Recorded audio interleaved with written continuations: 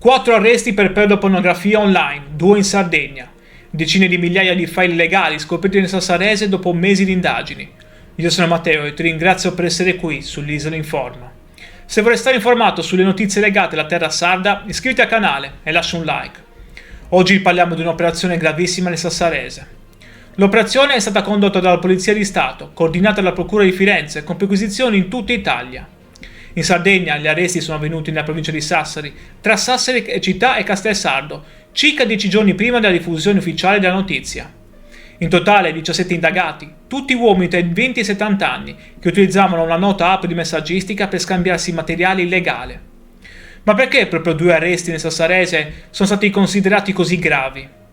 Durante le perquisizioni a Sassari e Castelsardo, la polizia postale ha sequestrato computer e dispositivi contenenti decine di migliaia di file pedopornografici, in alcuni casi catalogati in modo sistematico. Uno degli arrestati, un meccanico 53enne di Sassari, è stato portato nel carcere di Bancali.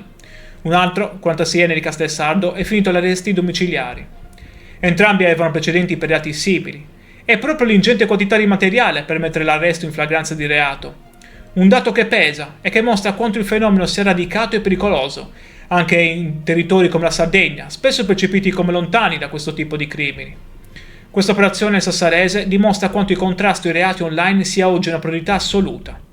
Iscriviti e metti like per continuare a dare spazio a queste notizie, perché anche in Sardegna certi fenomeni vanno raccontati e capiti. Secondo te si fa abbastanza per contrastare i reati online sull'isola? Dimmi la tua. Io ringrazio di cuore te che scegli di informarti con attenzione. Ci vediamo al prossimo video. Stammi bene e passi una bella giornata.